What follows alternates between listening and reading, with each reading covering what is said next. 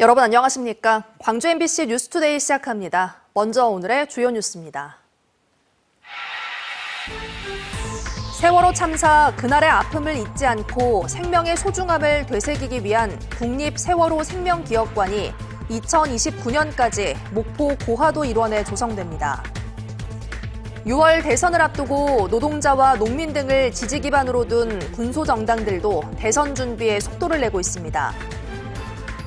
연간 100만 원까지 교육비를 지급하는 광주시 교육청의 꿈드림이 바우처 사업이 자녀 수에 따라 혜택을 받지 못하는 가정이 있어 형평성 논란이 일고 있습니다. 5.18 45주년이 한 달 앞으로 다가오면서 민주화운동 유적지를 연결하는 광주 정신길을 탐방하는 인원이 늘고 있습니다. 세월호 참사 11주기를 맞아 희생자들을 추모하는 시민들의 발걸음이 이어졌습니다. 이 자리에는 이태원 참사 유가족들도 함께해 세월호 참사를 끝까지 기억하고 보다 더 안전한 사회가 만들어지길 바랐습니다. 천홍희 기자가 보도합니다. 하얀 천이 5.18 광장에 펼쳐집니다. 노란 꽃을 든 시민들은 흰 천 사이를 걸어갑니다. 학교 전현직 선생님들이 세월호 희생자 넋을 위로하는 대동굿을 하고 있는 겁니다. 저희도 학교에 있으면서 학생들하고 같이 슬픔을 나누고 또 추모제 함께 하고 그랬었습니다. 그래서 더 그냥 보낼 수가 없는 거예요. 광주에서도 세월호 추모제가 열렸습니다. 시민들은 세월호 희생자들을 추모하면서 변하지 않는 사진 속 얼굴들을 묵묵히 바라봤습니다. 동시대를 살아갔을 희생자들을 생각하면 11년 전 아픔이 그대로 몰려온다고 말합니다. 그때 세월호 현장에도 가봤지만 그 느낌 그대로 지금까지도 마음이 아파요. 광주 지역 예술인들도 한데 모였습니다. 노래를 부르고 노란 꽃을 달아주기도 하면서 시민들과 함께 세월호 희생자들을 추모했습니다. 이태원 참사 유족들도 함께 있는 것만으로도 위로가 된다며 추모제를 찾았습니다. 서로 이렇게 많은 이야기를 안 해도 저희들 마음을 아니까 그분들도 저희들 마음을 알고 있으니까. 올해도 어김없이 추모 리본을 달면서 시민들은 진실이 밝혀지길 바라고 있습니다. 11년이 지난 오늘도 또 이렇게 똑같은 그 표어로 진실 규명과 안전한 나라를 이렇게 또 써야 한다는 그 우리나라의 우리 사회의 현실이 너무 슬프고 안타깝습니다. 황교안 권한대행이 그 박근혜 대통령 7시간과 관련돼서 이제 대통령 기록물에 봉인을 해버렸지 않습니까? 사실은 빨리 공개가 돼서 이런 진상 그 침몰 원인에 대해서 좀 빨리 밝혀질 수 있는. 세월호 참사 11주기, 광주 시민들은 잊지 않겠다는 편지를 남겼습니다. MBC 뉴스 천홍희입니다. 11년 전 그날의 아픔을 잊지 않고 생명의 소중함을 되새기기 위한 뜻깊은 사업도 추진되는데요. 세월호 선체가 목포로 영구 이전되고 생명과 안전의 가치를 기억하는 생명기억관이 2029년까지 조성될 예정입니다. 구체적인 계획과 현장에 담긴 의미를 문현철 기자가 전해드립니다. 2014년 4월 세월호가 바다에 잠기며 온 국민이 깊은 슬픔에 빠졌습니다. 그리고 11년이 지난 지금 그 참사를 잊지 않기 위한 공간이 목포에 조성됩니다. 해양수산부는 내년 착공을 시작으로 2029년까지 목포 신항 뒤편 고화도 인근 공유 수면에 국립 세월호 생명기억관을 건립할 계획입니다. 총 2,117억 원이 투입되며 연면적은 12,000여 제곱미터 규모입니다.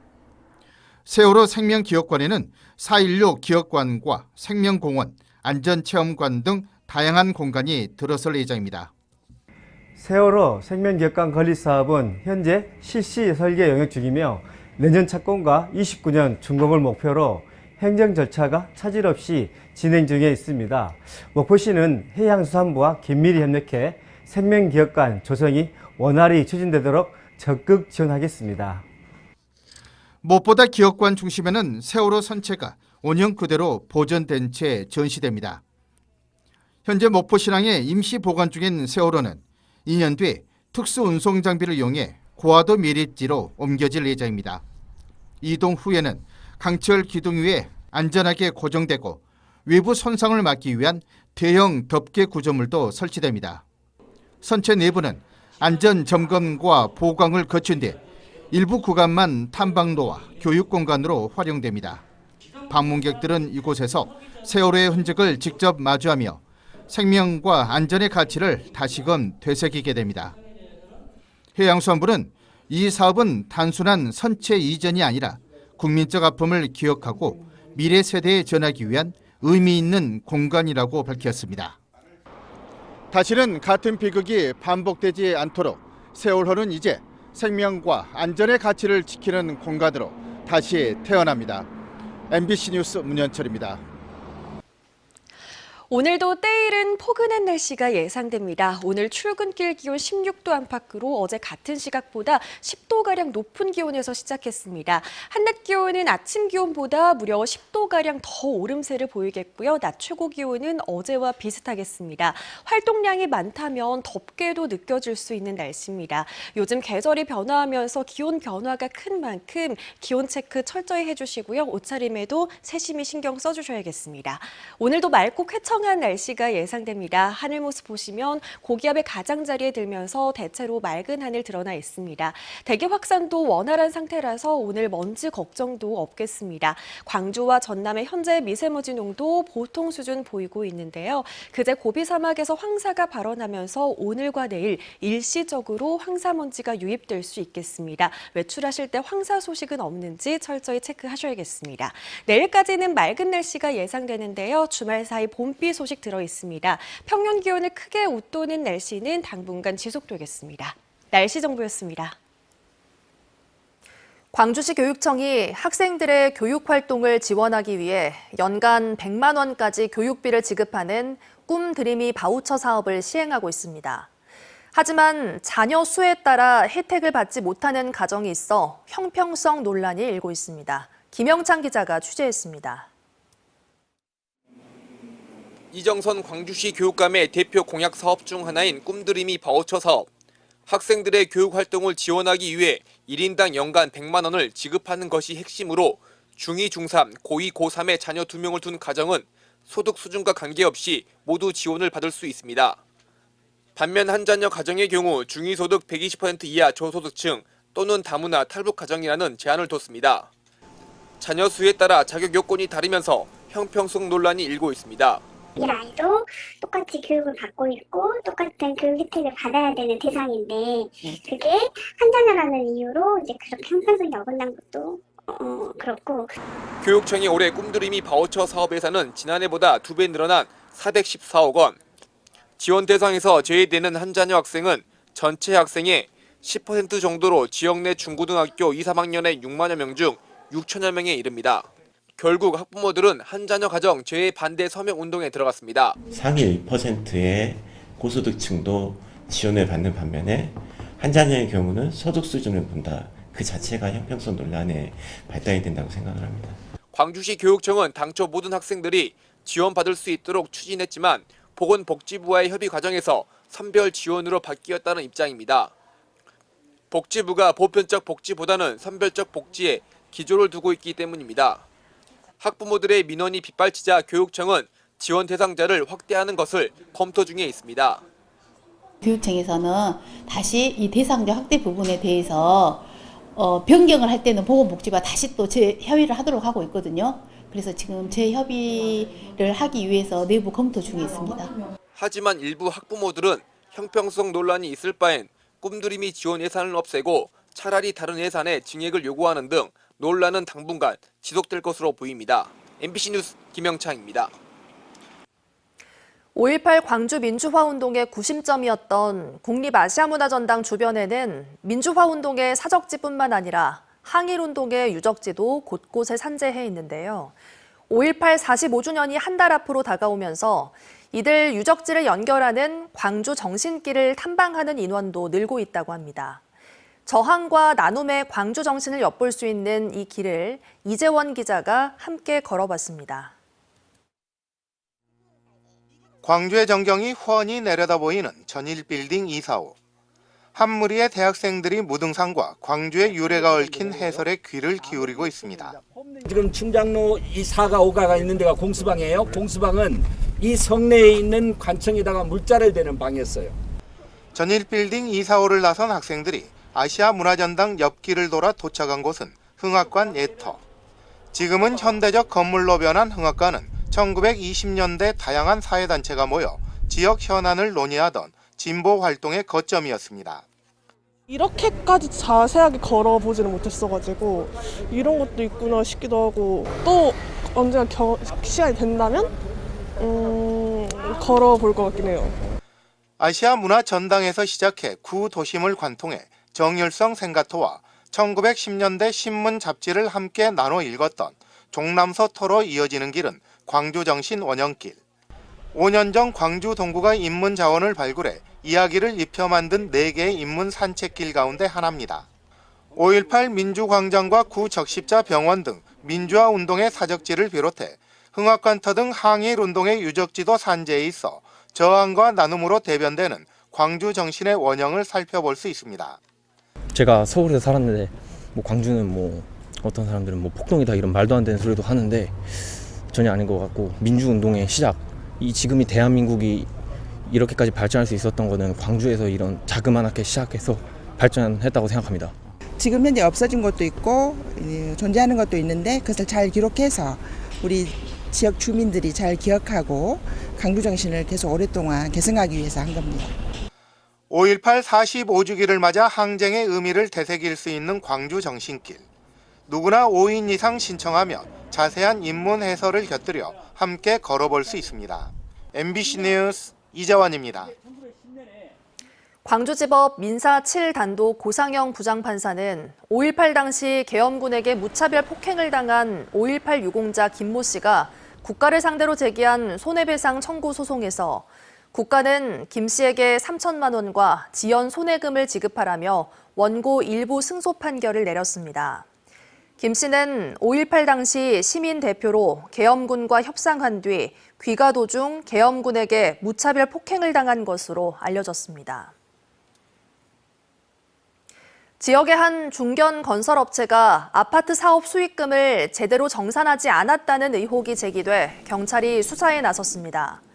광주경찰청 반부패 경제범죄 수사대는 중견 건설업체가 지난해 초 준공한 광주 남구의 한 아파트 사업 진행 과정에서 불리한 계약 조건을 강요해 동업자가 110억 원가량의 손해를 입었다는 고소장이 접수됐다고 밝혔습니다. 경찰은 해당 건설업체 대표이사와 동업자 등을 상대로 정확한 사건 경위를 파악하고 있습니다.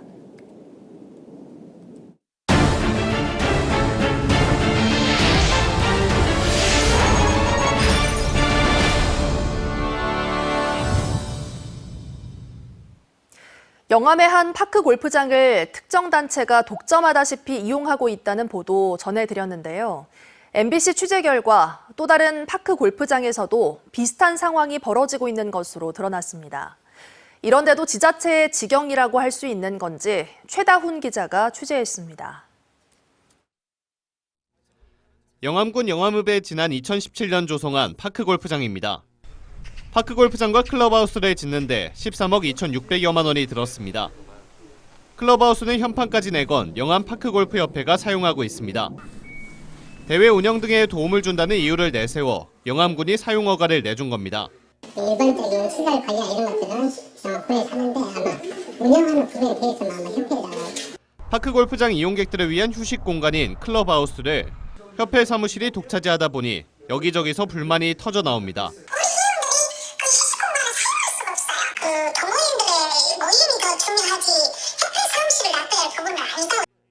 조례로 막아놓은 골프장 안 영리 활동도 협회에는 예외입니다.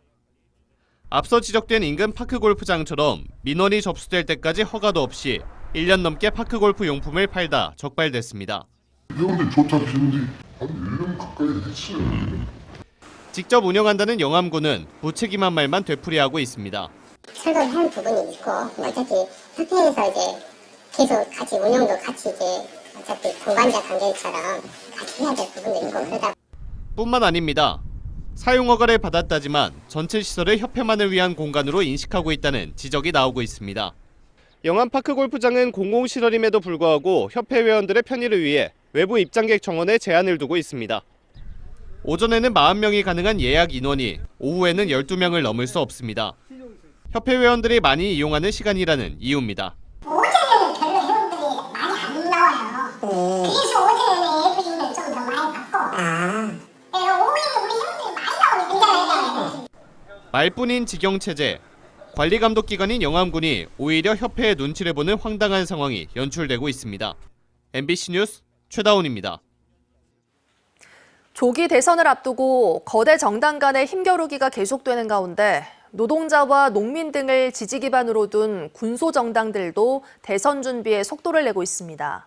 후보 선출 작업이 본격화하면서 전남 지역 유권자들의 표심을 잡기 위한 공약 발굴에도 분주한 모습입니다. 문형철 기자가 취재했습니다. 지난해 총선에서 3명의 국회의원을 배출한 진보당에서는 20대 대선 후보였던 김재현 상임대표와 강성희 전 국회의원이 출사표를 냈습니다. 오는 19일까지 권리당원 투표를 진행해 최종 대선 후보를 결정하게 되는데 첫날 투표율이 30%를 기록할 정도로 관심이 뜨겁습니다. 후보 선출을 앞두고 지역 공약을 발굴하는 데 집중하고 있는 전남도당은 국립의대 신설과 석유화학 및 철강 산업의 대전환, 농민수당 강화 등을 대선 공약에 반영하겠다고 밝혔습니다. 복지국가, 공평국가, 그리고 미래국가, 새로운 제7공화국, 대한민국을 건설해야 된다라고 하는 것이 가장 큰 차이다라고 생각하고 이런 영역을 우리 진보당이 제시하고 원외 정당인 정의당도 노동당과 녹색당, 시민사회단체와 연대해 대선 후보를 선출하기로 했습니다. 후보 접수 결과 권영국 정의당 대표와 한상균 전 민주노총 위원장의 2파전으로 치러지게 됐는데 오는 26일까지는 토론회와 지역 유세가, 이후 나흘 동안은 투표가 진행됩니다. 개발이나 발전 위주의 정책이 아닌 친서민 공약을 제시하겠다고 밝힌 전남도당은 의대 설립과 산업위기 선제 대응 지역 지정, 중대재해 예방대책 등을 대선 공약 우선순위로 꼽고 있습니다. 노동자라든가 중소형세 상인이라든가 농민이라든가 우리 사회에서 좀 소외되어 있고 약자인 이분들의 목소리들을 대변해줘야 되는 게 저희 역할이지 않을까 이렇게 생각을 하고 있습니다. 3년 만에 치러지는 조기 대선인데다 내년 지방선거도 앞두고 있어 지역 표심을 잡기 위한 군소정당의 움직임은 더욱 활발해질 것으로 보입니다. MBC 뉴스 문형철입니다. 더불어민주당 이재명 대선 경선 후보의 정책 전문가 집단이 공식 출범한 가운데 광주 전남에서도 여러 인사가 분과장을 맡았습니다. 이 후보의 대선 공약을 정책화할 성장과 통합은 어제 서울 국회 도서관에서 출범식을 열고 허민 전 전남대 부총장과 문인 국구청장, 최환주 전 전남대 로스쿨 원장, 김성진 광주 그린카 진흥원장, 김준하 신우진 교수 등 34개 분과장을 공개했습니다. 이날 발족한 성장과 통합은 1인당 국민소득 5만 달러 달성을 목표로 한 경제 성장 정책을 이재명 후보에게 제안하기 위해 조직됐습니다. 국민의힘 광주 전남 당협위원장 17명 가운데 10명이 김문수 대선 경선 후보 지지를 선언했습니다. 이들은 김 후보는 국가관과 이념관, 도덕성과 청렴성 등을 위한 적임자라며 대한민국의 도약과 새로운 미래를 위해 김 후보를 지지한다고 밝혔습니다. 국민의힘은 김문수, 나경원, 안철수, 양양자, 유정보, 이철우, 한동훈, 홍준표 등 모두 8명을 1차 경선 진출자로 선정했습니다.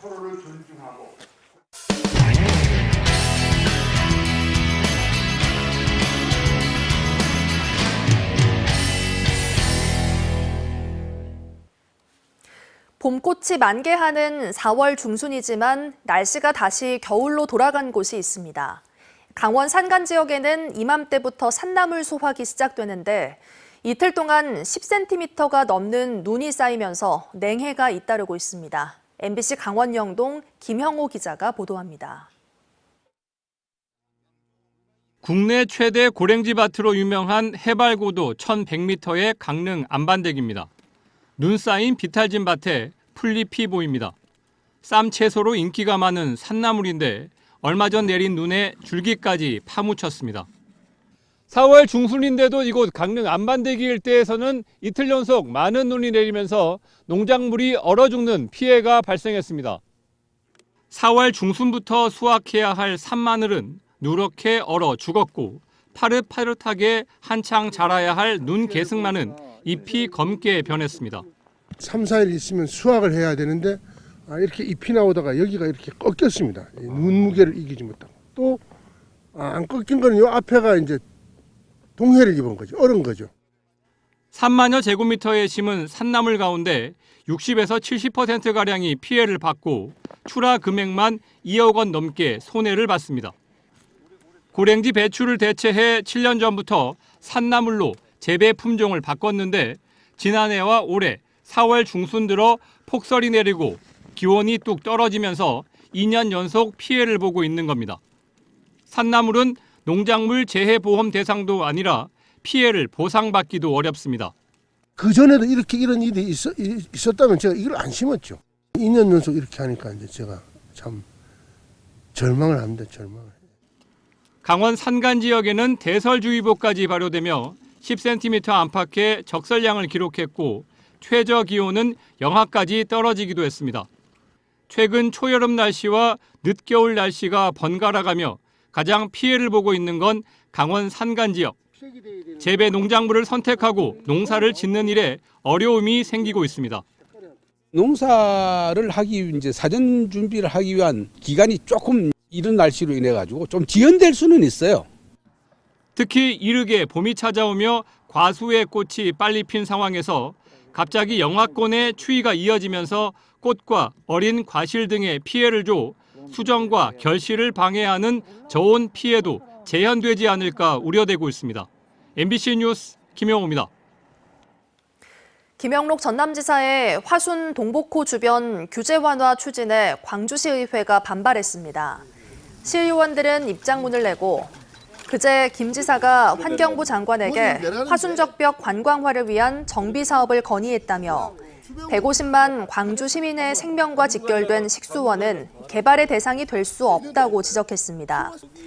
의원들은 그러면서 동복호 규제 완화는 공공식수원의 본질적인 가치 훼손뿐 아니라 양 지자체의 갈등을 유발할 수 있는 만큼 환경부의 신중한 검토도 촉구했습니다.